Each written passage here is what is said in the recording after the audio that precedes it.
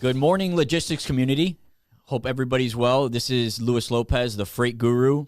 And today on our podcast, we are going to be talking about container drayage.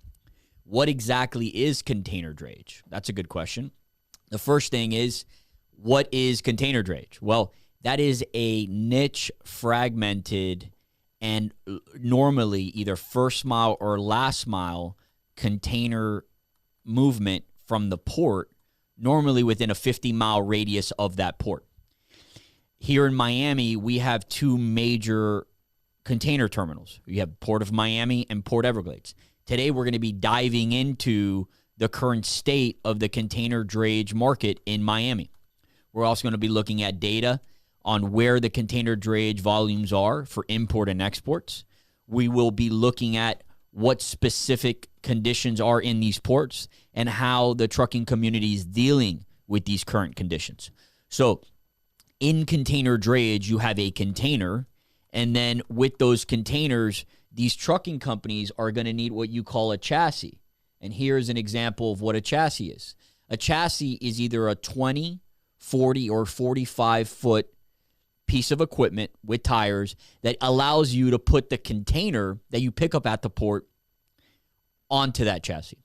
And normally you're going to be moving that container to a local distribution center or warehouse within a 50-mile radius of that port that you're picking up. So today, when we focus on container drayage, we're going to be talking about a TEU. What's a TEU? What's a chassis? What's a container? And ultimately, what we're going to try to get to is look at volumes, where volumes are going, and how we can predict those volumes so that the trucking community can be more efficient in their day-to-day operations. So when it comes down to Port of Miami, okay, and the current condition of the Port of Miami, we're looking at the past 7 days. We're looking at imports here, and this is sonar. What's sonar? Sonar is a system that it collectively puts data together in order to get information into a platform where you can easily read it, understand it, and then computate it. And I think they do a very good job of looking at the import and export market. Specifically, we could look at any port in the United States. We're going to focus on Miami, and we're going to focus on Port Everglades. And if you look at the TEU volume, the index, the Ocean Shipment Index is 162 for imports. And when you look at the 2021 model year to date, you're looking at Ocean Import Index of 162. Okay, you're looking at where these TEUs are coming from. TEU is a 20-foot equivalent. Okay, so one TEU is two containers, two 20-foot containers. Okay, so you have a 40-foot container and then you have a 20-foot container. A one TEU is equivalent to two 20-foot containers.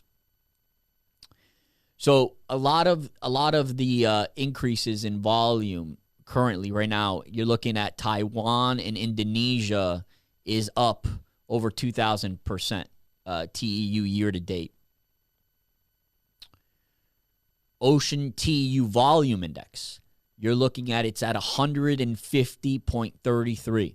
And you look at the top U.S. ports, you got Long Beach number one, and you got Miami all the way over here at 15.83% year to date increases. Okay, so if you're in the Miami area and you're focused on getting a container moved from Port of Miami or Port Everglades, you've probably been struggling for the past few months on getting capacity.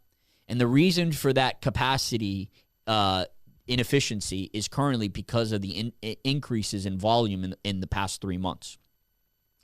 That volume increase is something that we're going to be probably looking at for the foreseeable future. Why did this happen? Well, the short answer is that we just got through a year of the COVID-19 pandemic. We had in March, we had the COVID pandemic really take a strong arm on the port. And at that same time was Chinese New Year.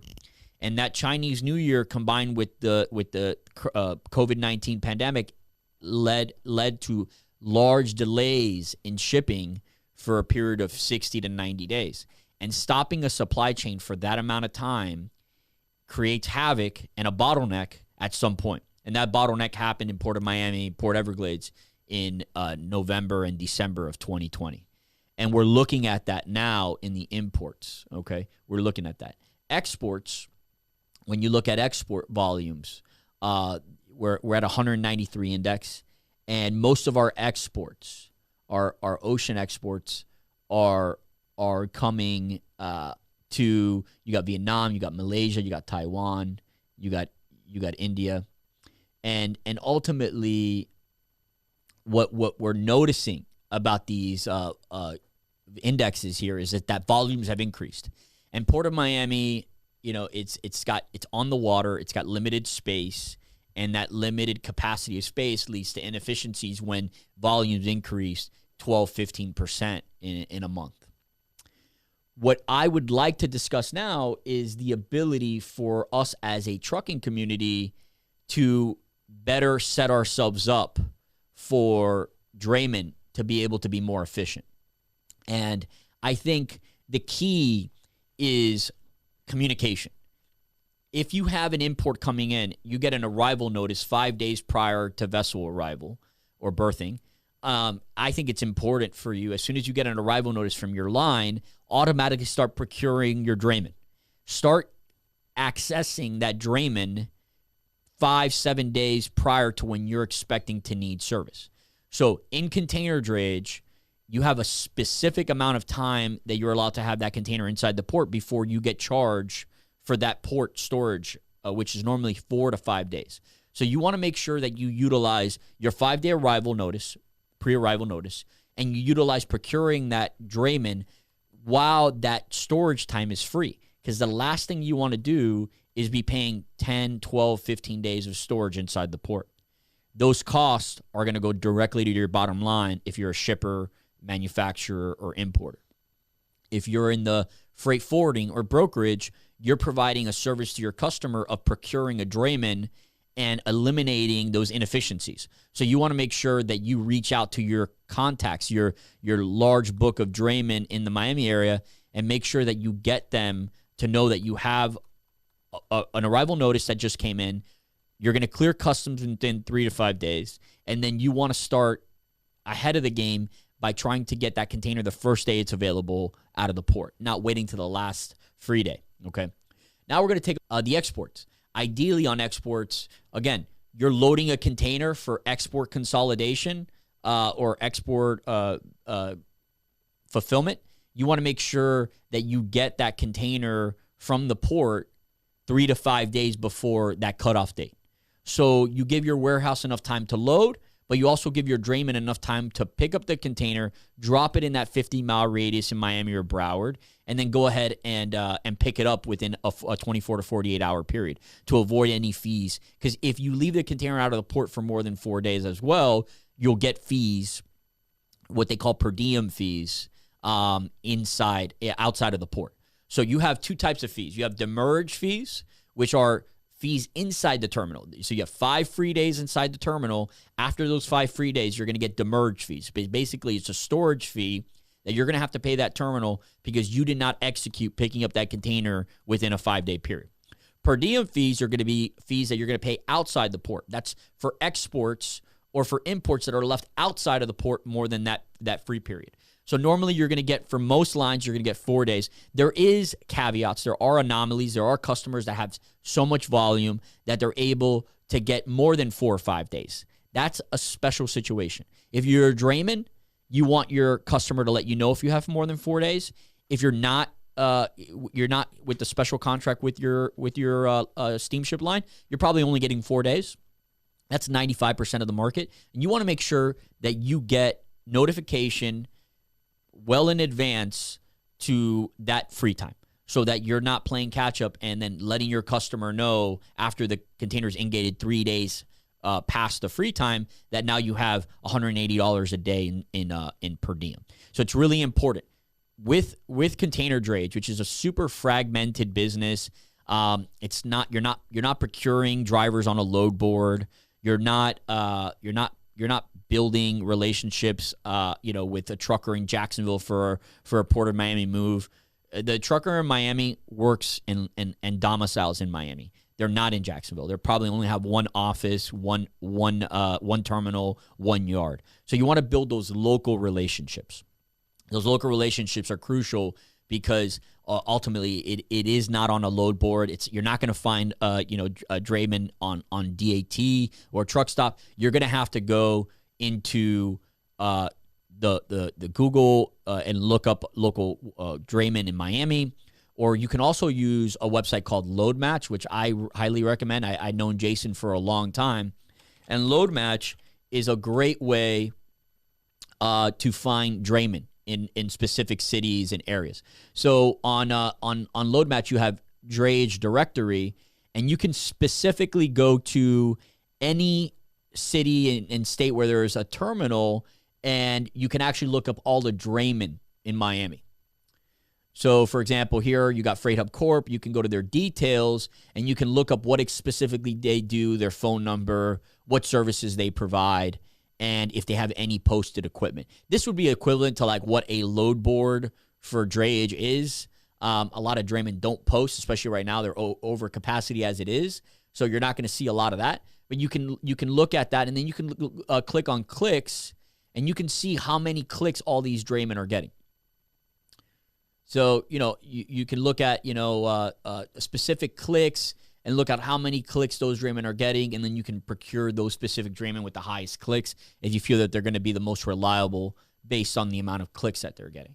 So that's a solid way of procuring your draymen, is going on the Drayage directory. And this directory is good for any major port.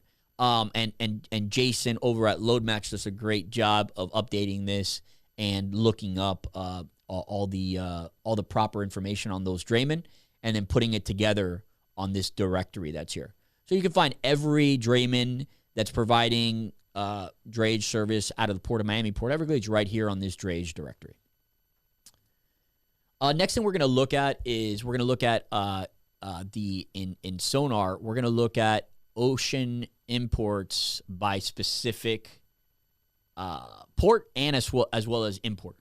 And this is going to be a telltale sign of where exactly the current state of the market is, and where these importers are coming from.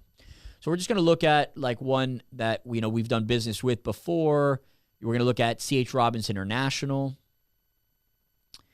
And as you can see from C.H. Robinson International, their heaviest TEU, which remember is equivalent to 2 20-foot containers, is going to be coming from Long Beach, California. And their second port is going to be Boston. So 87% of their entire volume is coming from Long Beach.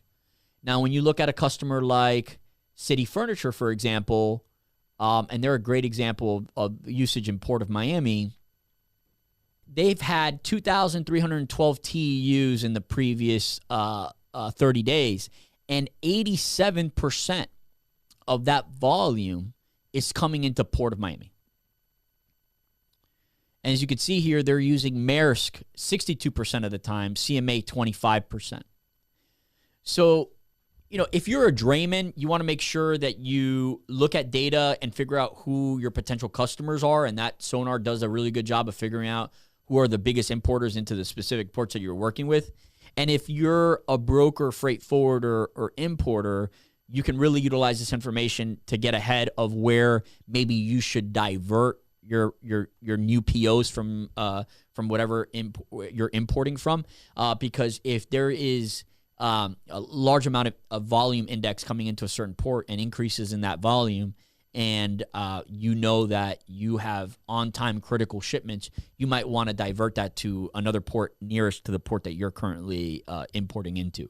So state of the market right now in the drayage community is high demand, very fragmented, cottage-based industry where ultimately it's very local. Every port's going to be different.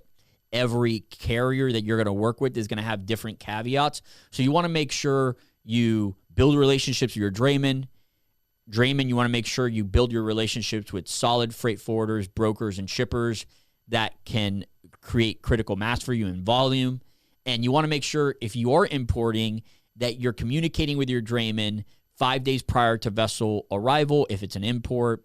If it's an export, 3 to 5 days from when the vessel cutoff is, to avoid those expensive per diem and demurrage charges.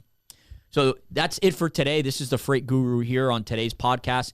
Let me know if you have any questions, and we'll be back next week. Thanks, guys.